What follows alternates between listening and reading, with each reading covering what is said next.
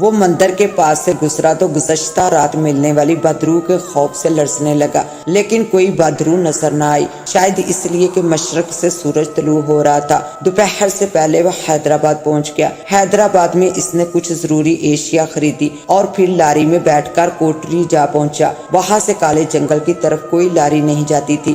آخر اس نے ایک گاؤں میں پہنچ کر وہاں ایک کسان سے عربی نسل کا گھوڑا بھاری قیمت پر خریدا اور اسی پر سوار ہو کر دریا کے ساتھ ساتھ سفر کرنے لگا۔ شام کے وقت وہ کالے جنگل کے قریبی گاؤں میں جا پہنچا۔ وہاں سے جنگل صرف 2 میل کے فاصلے پر تھا۔ اس نے رات گاؤں میں گزارنے کا فیصلہ کیا، مگر پھر خیال آیا کہ یہاں اسے کون پناہ دے گا۔ وہ اجنبی تھا اور ایک اجنبی کو اپنے گھر رات بھر ٹھہرانے پر کوئی آمادہ نہ ہوگا۔ چنانچہ وہ جنگل کی طرف بڑھتا رہا۔ جنگل کے قریب پہنچنے تک اچھا خاصا اندھیرا پھیل گیا۔ اس نے جنگل کے باہر گھوڑا روکا اور اسے ایک درخت سے باندھ کر خود زمین پر لیٹ گیا۔ تھوڑی ہی دیر گزری تھی کہ اچانک جنگل سے درندوں کی آوازیں ابھرنے لگی۔ وہ پریشان ہو کر اٹھ بیٹھا۔ اسے یوں محسوس ہوا جیسے درندے قریب آتے جا رہے ہوں۔ چند لمحے گزرے تھے کہ اچانک جنگل کے درختوں سے ایک بندر نمودار ہوا اور اس سے چند قدم دور رک کر اسے گورنے لگا۔ ستاروں کی مدھم روشنی میں جمال کو اس بندر کی آنکھیں چمکتی دکھائی دی تو اس پر خوف طاری ہونے لگا۔ اتنے میں ایک لنگور بھی وہاں پہنچا اور بندر کے قریب رک کر جمال خان کی طرف دیکھنے لگا۔ وہ گنجے تم کہاں آگے ہو؟ یہ میرا شکار ہے، بندر نے لنگور کی طرف دیکھ کر غصے سے کہا۔ بندر کو انسانی آواز میں بولتا دیکھ کر جمال خوف زدہ ہو گیا۔ وہ سمجھ گیا کہ وہ دونوں عام جانور نہیں بلکہ بدروحے ہیں۔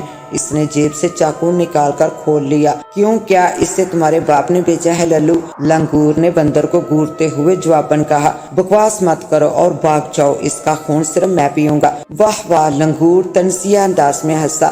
شکل دیکھیے اپنی، چلو بھاگو یہاں سے، ورنہ تم مجھے اچھی طرح جانتے ہو کہ میں کتنا طاقتور ہوں۔ ابھی دم کاٹ کر تمہارے ہاتھ میں دے دوں گا۔ ہائے ہائے، مر گئے دم کاٹنے والے، پہلے خود کو تو بچاؤ۔ دیکھو اس نے چاقو نکال لیا ہے تمہارا پیٹ پھاڑنے کے لیے، بندر نے جواباً چوٹ کی۔ ارے چاقو کیا، تلوار بھی نکال لے، تب بھی میں اسے نہیں چھوڑوں گا، لنگور گھرایا۔ یہ سن کر خوف کی شدت سے جمال خان کے پسینے چھوٹنے لگے۔ لنگور تیزی سے اس کی طرف بڑھا اور جمال خان بکھلا گیا۔ اس نے زمین سے کھڑے ہوتے ہوئے چاقو لنگور کی طرف سیدھا کیا۔ لنگور فوراً اپنی جگہ پر رک گیا۔ بندر ہنسنے لگا۔ جمال خان چاقو پھینک دو، لنگور نے غضبناک آواز میں کہا، ورنہ مجھ سے برا کوئی نہ ہوگا۔ بکواس مت کرو، جمال خان نے ہمت کر کے اسے للکارا، اگر تم میرے قریب آئے تو مارے جاؤ گے، گنجے واپس آ جاؤ، بندر نے ہنستے ہوئے لنگور کو مخاطب کیا۔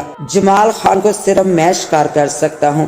ارے جاؤ، بڑے آئے 30 مار خواہ گنجے، لنگور نے غصے سے کہا۔ میں اب تک 30 افراد کا خون پی چکا ہوں، جمال خان کس بات کی مولی ہے؟ اس کے ساتھ ہی اس نے جمال خان کی طرف چھلانگ لگا دی۔ جمال خان بخلا کر بائیں طرف ہٹا اور چاقو اس کے ہاتھ سے چھوٹ گیا۔ لنگور اس سے آ ٹکرایا اور جمال خان کی چیخ نکل گئی، ساتھ ہی گنجا لنگور بھی بھیانک آواز میں چیخا اور تڑپنے لگا۔ جمال خان زمین پر جا گرا تھا۔ اس نے جلدی سے سنبھل کر لنگور کی طرف دیکھا تو بے اختیار اچھل پڑا۔ لنگور تڑپ رہا تھا اور اس کے گرد دھواں سا پھیلتا جا رہا تھا۔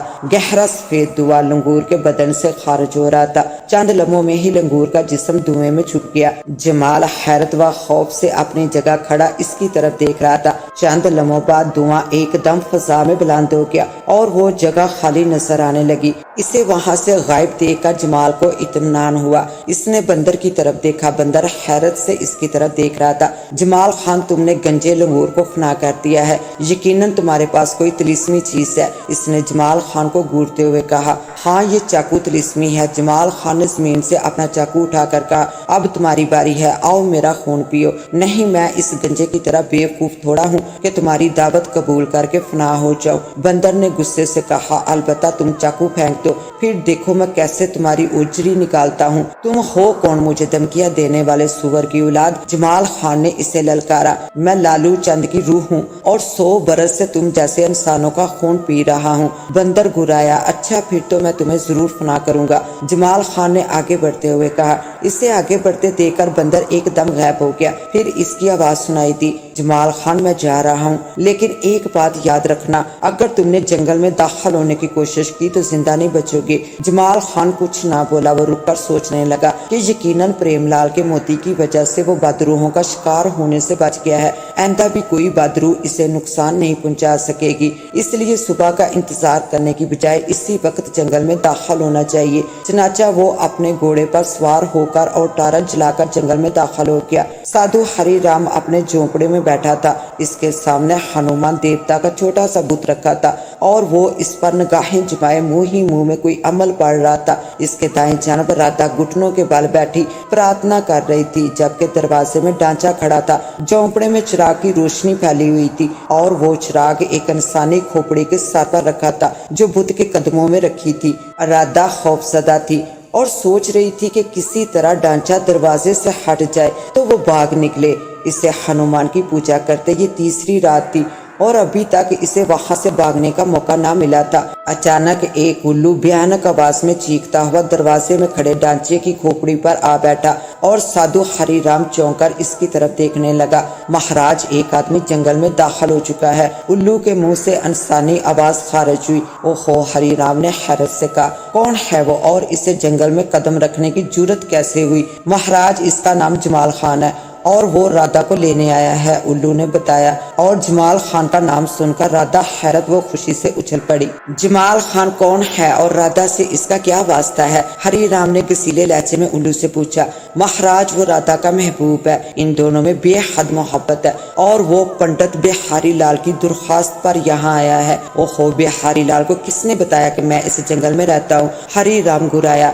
ذرا کھل کر بتاؤ، اسے جمال خان نے بتایا تھا۔ مہاراج، جمال خان کو رادھا نے خط لکھا تھا کہ وہ باغ میں رات گزارے گی اور وہ اس کا کھوج لگانے باغ کی طرف آیا تھا۔ اس خوفناک الو نے ساری کہانی بیان کر دی اور یہ بھی بتایا کہ جمال خان کو کالی دیوی کے مندر کے ماہ پجاری پریم لال نے اس جنگل کا پتہ بتایا تھا۔ کیا جمال خان اور رادھا کے آپس میں ناجائز تعلقات تھے یا پاکیزہ محبت تھی؟ ہری رام نے سوال کیا۔ ہاں مہاراج، ان دونوں میں سچی اور پاکیزہ محبت ہے، ان میں کبھی ناجائز تعلقات نہیں رہے، الو نے جواب دیا۔ رادھا خاموشی سے ان کی باتیں سن رہی تھی اور اسے جمال خان پر پیار آ رہا تھا جو اس کی خاطر ہری رام سے ٹکر لینے آیا تھا۔ ٹھیک ہے، ہری رام نے سر ہلا کر کہا۔ اس کہانی کا بقیہ حصہ دیکھنے کے لیے پارٹ 5 کا وزٹ کریں۔ اس کے ساتھ ہی اب مجھے دے اجازت، ملتے ہیں انشاءاللہ پارٹ 5 کے ساتھ، تب تک کے لیے اللہ نگہبان۔